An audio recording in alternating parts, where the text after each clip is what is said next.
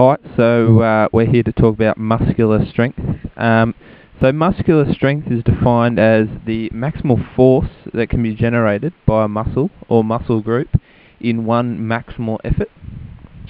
So if we're being specific to muscle groups, factors that affect the muscular strength are types of contractions, speed of those contractions, and the joint angles. And if we're talking about an individual muscle, the factors that change are the size, shape, and the fibre composition of the muscle. Another two factors that can also change muscular strength are the age and the gender of the person. So, types of contractions. A contraction is when a muscle develops tension.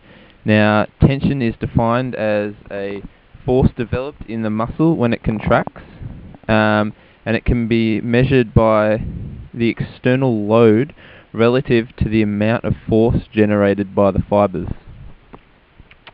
So we have three types of contractions. We have isometric, which is the first one. This is when a muscle length remains constant as force is developed, and this means that it's a static contraction.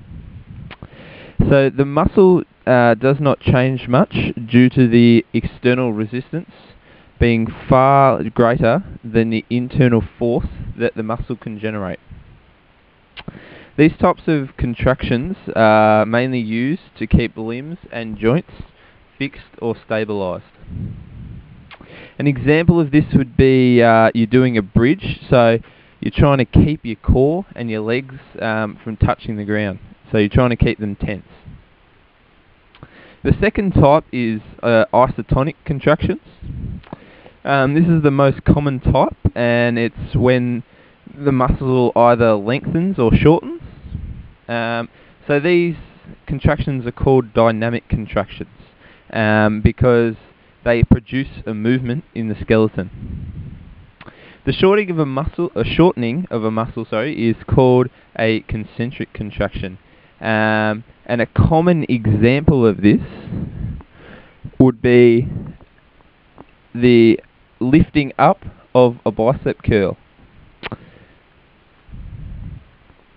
So the lengthening of a muscle, though, now that's called an eccentric contraction. Now this occurs on the lowering of the bicep curl. So a little way I like to remember it. Eccentric and extending. So yeah, that's my little take on it. And the third type is isokinetic. Now this is when a muscle lengthens or shortens at maximal tension and constant velocity over the full range of motion. To perform these contractions, though, we need hydraulic resistance training machines, so these contractions aren't that common. Tension in a muscle, though, is also affected by factors such as the muscle length tension relationship, the angle of pull of the muscle, and the speed of the contraction. So the length tension angle relationship.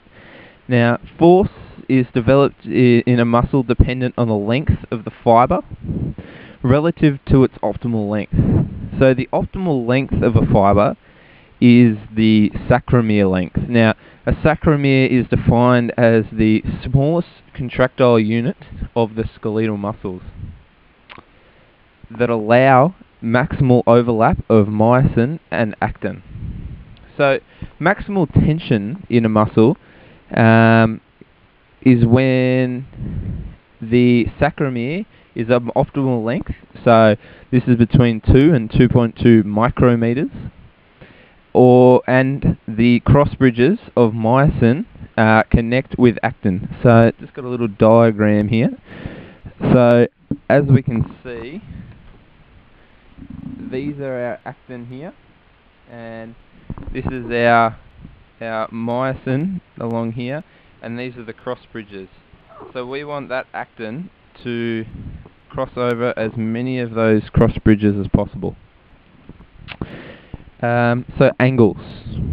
The bones and muscles are a partnership where the muscle pulls on the bone to produce a movement. So in this case, the bone acts as a lever. So when a joint moves through its full range of motion, we can develop different forces through at different angles, obviously. So if we use the little elbow flexion graph that I've got here,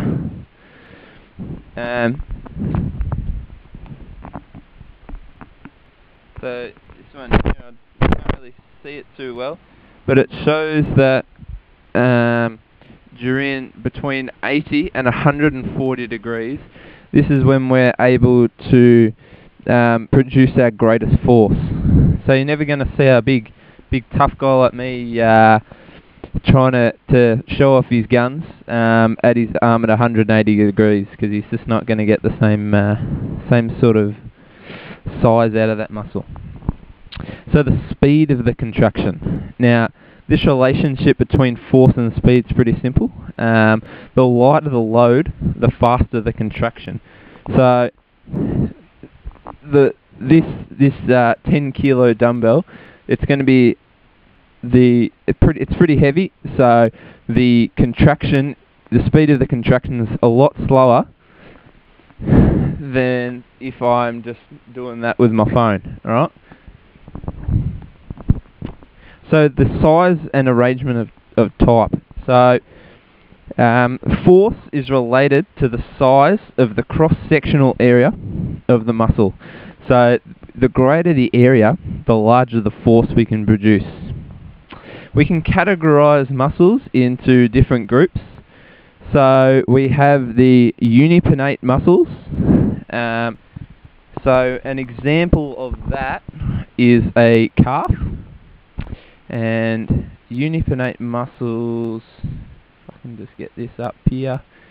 So they sort of run a bit like that across the muscle. We can just get that shot of that. A second type is a bipinnate.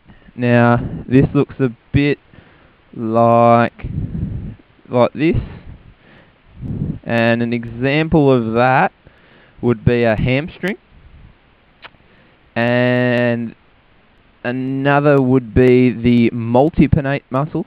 Now this one's just all over the place. This one just goes up and down, up and down. So that would be an example of the deltoid. Now these unipinnate, bipinnate and multipinnate, they're all related to the generation of force. So those are that are designed for speed, like the bicep muscle. They're called fusiform muscles, and when we draw them, they look a bit like just straight, like that. So hope that helped just a bit. So lastly, second lastly, fibres. Now in the muscle we can have slow twitch, which are categorized as type 1, or we can have fast twitch, which are type 2 and further categorized into A or Bs. So the more fast twitch fibres we have, the larger force we can produce. So if you're a sprinter, you're going to want more fast twitch fibres so that you can produce that greater force off the line. But if you're, say, an endurance runner, you're not going to need those same sort of fast twitch, so you can rely more on your slow twitch fibres. So the last factor that can influence muscular strength is age and gender. So men during growth are going to be able to have a higher absolute strength than women do because during puberty men have an increased amount of testosterone, which stimulate the growth of the muscle. So we reach our peak strength at about between 25 to 30, and this usually plateaus for about 20 years until about 45 to 50, where it starts to decline. So the factors that lead to these deductions in muscular strength are decreased muscle mass, loss of contractile properties, and reduced activation of motor units. So I'm out of things to say on muscular strength. That's it. And yeah, right.